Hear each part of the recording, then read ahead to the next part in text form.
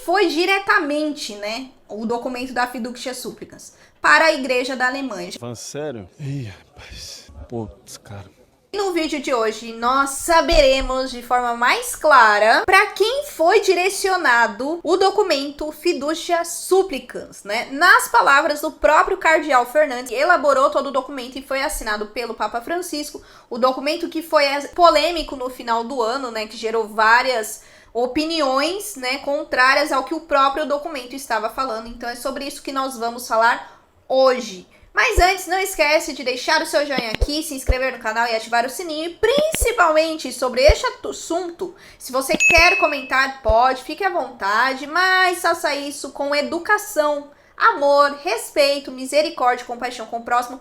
Principalmente com o Papa ou com o Cardeal, você gostando deles ou não, tá bom? O documento que saiu aí, né, o Fiducia Supplicans, nós já falamos aqui em vários vídeos, então depois que acabar esse vídeo, você assiste eles, porque nós esmiuçamos todo o documento para que você possa entender, então já falamos aqui. O Cardeal Fernandes, né, ele deu uma entrevista aí que foi reproduzida pelo Católico News Agency, que é o portal CNA aí, né, que tem como chamada o seguinte título: Cardeal Fernandes, a orientação do Vaticano sobre bênção para pessoas do mesmo sexo é uma resposta clara aos bispos alemães. E aí vamos discorrer nessa notícia, né? No meio de uma confusão significativa sobre as recentes orientações do Vaticano sobre as bênçãos para pessoas do mesmo sexo, o responsável pelo documento atacou aqueles que defendem a interpretação mais liberal, a liderança católica na Alemanha. O Cardeal Fernandes, né, ele diz que foi uma resposta clara aos planos alemães de formalizar bênçãos litúrgicas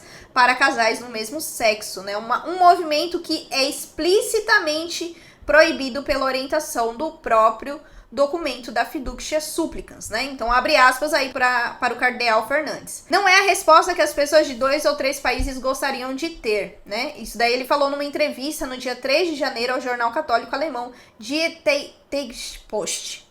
E aí ele continua, né? Pelo contrário, é uma resposta pastoral para que todos poderiam aceitar, embora com dificuldade. Só vou abrir um parênteses aqui, né? Nesses últimos dias, conversando com um padre muito querido, eu nem sabia que tinha saído isso, gente.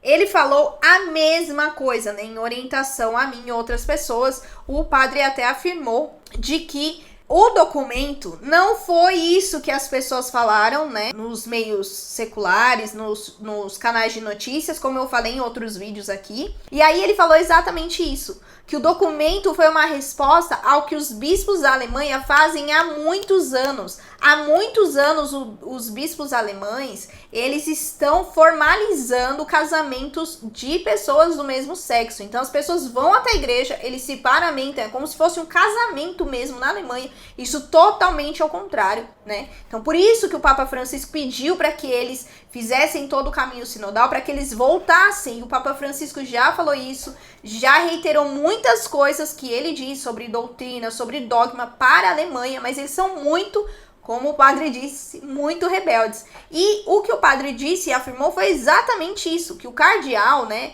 o documento do Vaticano foi exatamente uma proibição para que isso não aconteça mais. Então é como se ele estivesse delimitando e falando, olha, se vocês fizerem isso, vocês vão estar contra, então vai ter consequências, né? Não pode ser feito isso porque vai contra o dogma. O padre até falou que o documento mais proíbe do que permite algumas coisas, né? Do que permite o que todo mundo tem. Todo mundo não, né? Algumas pessoas têm falado e batido na tecla, né? Então só para abrir esse parênteses, porque eu achei muito engraçado, que eu ouvi há uns dias atrás, e aí do nada apareceu essa notícia que o cardeal tava falando a mesma coisa que o padre falou, né?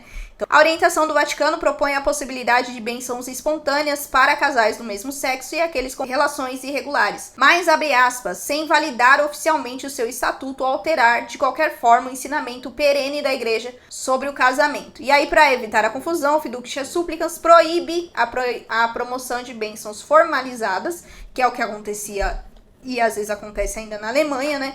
E o uso de quaisquer roupas ou símbolos que possam dar a impressão de uma bênção conjugal. Os membros da controvérsia via sinodal alemã, né, com colaboração entre a Conferência Episcopal Alemã e o poderoso lobby leigo, aprovaram esmagadoramente o desenvolvimento de rituais de textos rituais formalizados para bênçãos entre pessoas do mesmo sexo numa assembleia de março de 2023 em Frankfurt. Desde então, vários bispos alemães deram luz verde à bênção pública de casais do mesmo sexo em suas dioceses, e após a publicação do Fiducia Supplicans, o vice-presidente do poderoso lobby leigo, né, o Birgit Bock, disse que a igreja na Alemanha não abandonaria os seus planos de desenvolver um texto formal de bênçãos para pessoas do mesmo sexo, apesar das proibições da orientação, ou seja, rebeldes. E aí o Fernandes sugeriu que alguns católicos alemães podem não conseguir apreciar as perspectivas dos católicos de outras partes do mundo sobre questões relacionadas com a sexualidade. Abre aspas para o cardeal. Ouvindo algumas reflexões feitas no contexto do caminho sinodal alemão,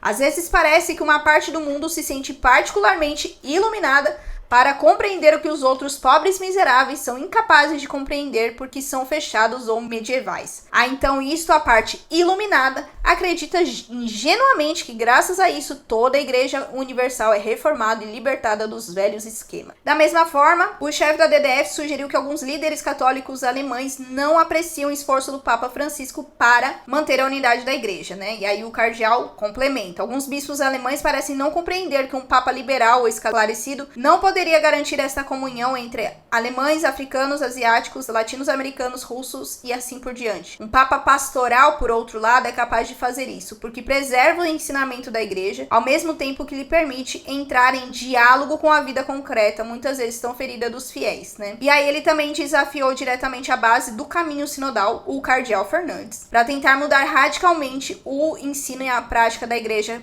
relacionados à sexualidade e à governação, nomeadamente a necessidade de abordar as causas sistêmicas da crise dos abusos sexuais.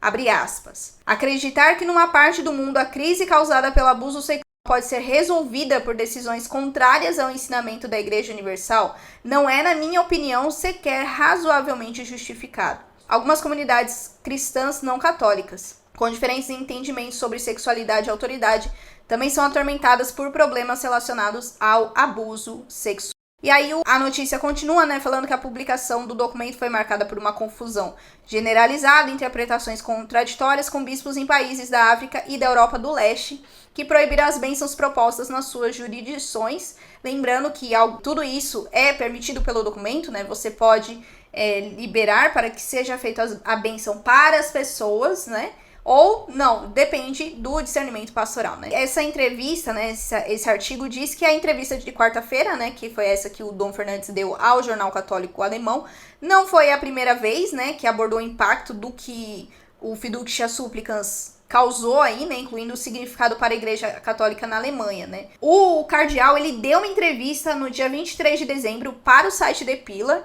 onde ele falou aí em relação àquelas pessoas que falaram que o documento estava indo contra tudo aquilo que a igreja falava, né? Então, o pessoal liberal fala que o documento não está permitindo, que não vai fazer o que eles estão falando, e os que são mais tradicionalistas, conservadores, e nem sei como nomear isso, falam que eles estão indo contra a igreja, contra a doutrina da igreja, né? O Comitê Sinodal, que lançou as bases para o Conselho Sinodal, realizou sua primeira reunião 10 a 11 de novembro, embora tenha sido boicotado por 4 ordinários alemães, enquanto os outros 4 não puderam comparecer, alegando conflitos de agenda, né? E o DBK deverá votar a doação de estatutos no comitê na sua sessão plenária em fevereiro, em Augsburg, e o Dom Fernandes enfatizou a paciência em sua entrevista nesse canal católico alemão aí, né? A condição para o diálogo contínuo entre o Vaticano e o caminho sinodal alemão, disse ele, é que não continuemos a tomar decisões que só serão discutidas em reuniões futuras. Devemos lembrar que o tempo vale mais que o espaço. E aí ele citou uma parte da exortação apostólica do Papa Evangelii Gaudium de 2013. Então vamos manter a calma e pensar no panorama geral. Então essa notícia aqui, ela mostrou uma grande paciência diante de pessoas que são rebeldes, né? Muitas pessoas falam aí que o Papa Francisco não toma nenhuma atitude em relação à Igreja Sinodal, mas lembremos que é um assunto muito sério,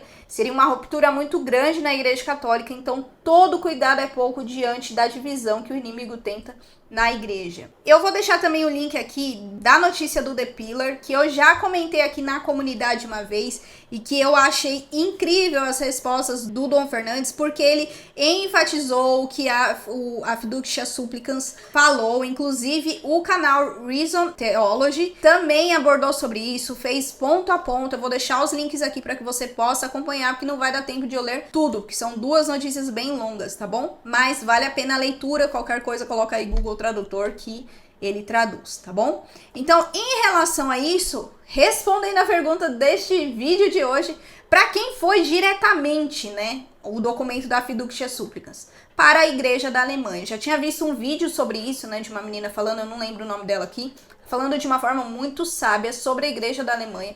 Este padre que eu encontrei também falou isso, e agora o Vaticano, por meio do cardeal Dom Fernandes, confirma essa questão aí. Então, só para confirmar que o documento não liberou nada, não abençoa pecado, muito pelo contrário, ele está aí como delimitador de que para que a Igreja da Alemanha não apronte mais, mas a gente sabe que quando a pessoa é rebelde, ela não precisa de nenhuma liberação, né? Ela vai fazer de qualquer forma. Oremos aí pela Igreja da Alemanha, para que o Vaticano tenha muita sabedoria, principalmente o Papa Francisco, diante desses ataques e também diante dessa divisão ou um possível cisma que pode acontecer na Igreja Católica, tá bom? E aí, você já tinha lido isso? Sabia dessa questão aí dessa entrevista ou da outra do cardeal? Leu alguma delas? Deixa no comentário. Mas não esquece de fazer isso com muito amor, respeito, misericórdia, compaixão com o próximo e não afirme que o documento abençoa o pecado, porque o documento não diz isso, tá bom? Deixe seu joinha aqui, não esquece de se inscrever no canal e ativar o sininho. E é isso, até o próximo vídeo. Tchau!